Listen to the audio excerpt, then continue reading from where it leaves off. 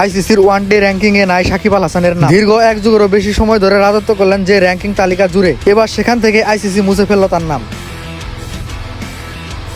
বাংলাদেশের হয়ে 2006 সালে অভিষেক হওয়ার পর 2009 সালে প্রথমবারের মতো আইসিসি অলরাউন্ডার র্যাঙ্কিং এ 1 নম্বর স্থান দখল করে নেন বাংলার সাকিব।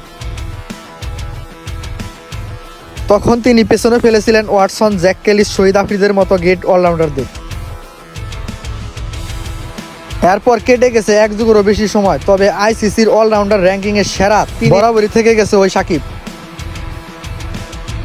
সবচেয়ে লম্বা সময় 3 ফরম্যাটে একসাথে নাম্বার 1 থাকার রেকর্ডটাও তার দখলে। প্রতিবার আইসিসি অলরাউন্ডার র্যাঙ্কিং প্রকাশ করলে সেই তালিকায় তাকালে ওপরের দিকে সাকিবের পাশাপাশি জল করতে দেখা যেত লাল সবুজের ওই পতাকাটাও।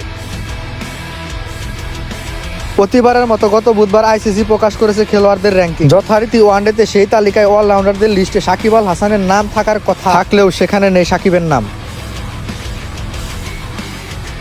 আইসিসির নিয়ম অনুযায়ী কোনো খেলোয়াড় 1 বছর বা এর বেশি সময় ধরে খেলার মধ্যে না থাকলে তার নাম তালিকা থেকে সরিয়ে ফেলা হয়। গত বছর নভেম্বরের 6 তারিখে ভারত বিশ্বকাপে শ্রীলঙ্কার বিপক্ষে বাংলাদেশের হয়ে শেষ ওয়ানডে ম্যাচ খেলেছিলেন সাকিব। বাংলাদেশকে চ্যাম্পিয়ন ট্রফিতে কোয়ালিফাই করানো সেই ম্যাচে ব্যাটে বলে দুর্দান্ত পারফর্ম করে ম্যাচের সেরা হয়েছিল তিনি। এরপর 1 বছরেরও বেশি সময় হয়ে গেল সাকিব আর খেলেনি বাংলাদেশের হয়ে কোনো ওয়ানডে ম্যাচ।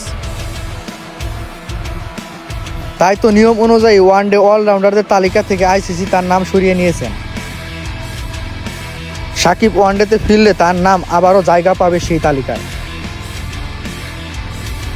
মাঠের বাহিরে নানা জ্বর ঝামেলায় আফগানিস্তানদের বিপক্ষে ওয়ানডে সিরিজ মিস করলেও ধারণা করা হচ্ছে ওয়েস্ট ইন্ডিজ সিরিজ অথবা চ্যাম্পিয়ন্স ট্রফিতে সাকিব ফিরবেন।